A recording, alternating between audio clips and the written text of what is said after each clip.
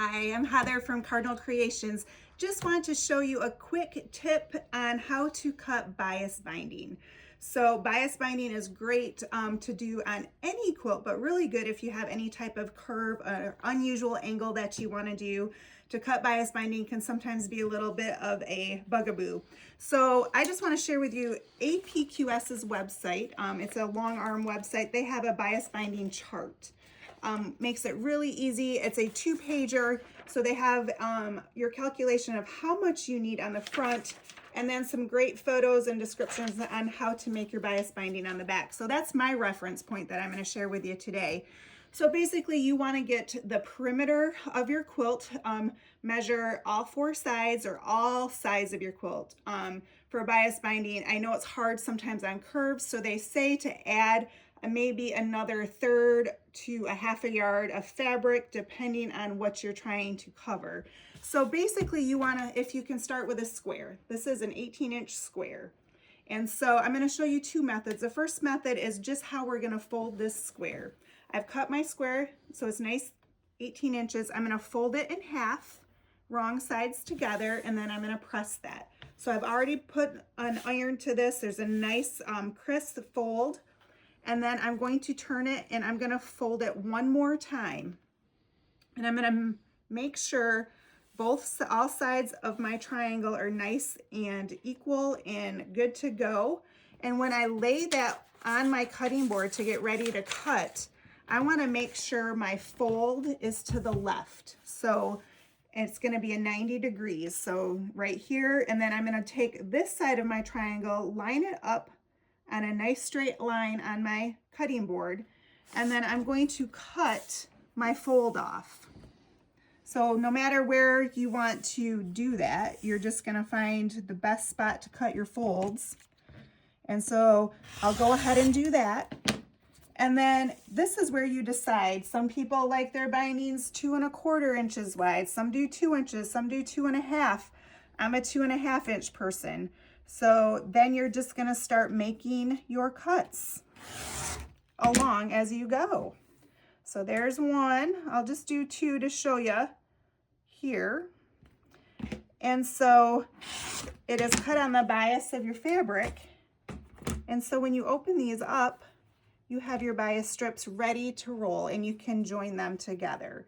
So that's how you would cut it from a square piece of fabric. There is another method called a continuous tube cutting of bias binding. So you're going to have it on one nice long strip. I'm going to show you real quick how to do that. Super fun. So you're going to start out with your square, just like what we did. So this was an 18-inch square piece of fabric. And then I did the same thing. I folded it in half and ironed this. So I had a nice crisp line. And then I cut this. So I took my ruler and my rotary cutter and I cut it in half this way. So once I have it cut in half, I need to join these pieces together.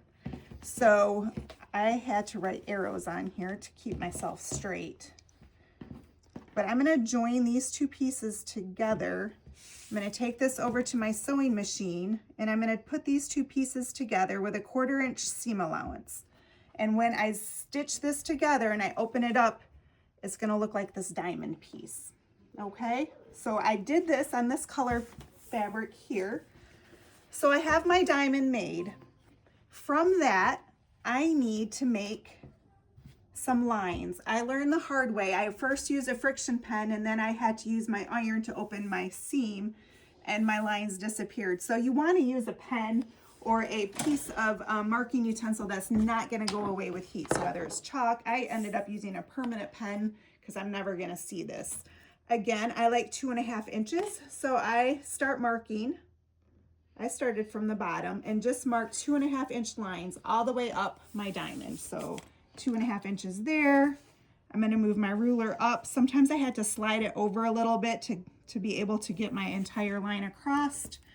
If you get to the end, let's say you get to your last square or your last line, and let's say you don't have enough fabric to do your 2 1/2 or you have more.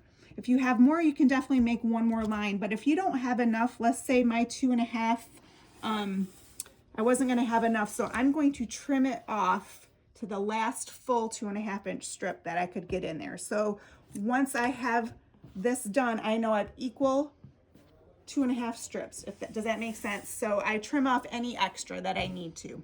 So once I've done that, then the magic happens. So from here, I'm gonna flip this over so it's right sides up. And then I need to join these short ends. And so I find it best if I laid one end this way and one end this way. And so ideally I want my lines, you would think you want them to line perfectly up, perfectly straight, but I want to offset. I still want them to line perfectly straight, but I'm going to offset by one strip. So I find it's easier for me to go down than it was to go up. So when I go to sew these together, I want my lines to line up, but you see how I offset? I didn't start up here. I wanted this opening to not have anything attached to it. So I found that I would line this line up here.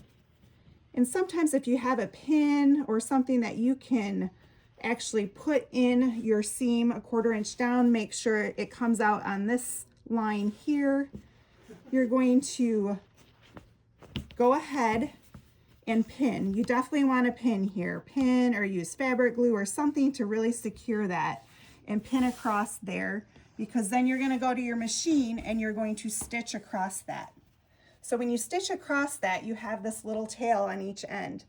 And then it's a tube. So it's a tube. You've sewn those pieces together. It does not matter which side you start on, but you're going to use your scissors and you're just going to start cutting your strips. And it's one continuous strip as you go.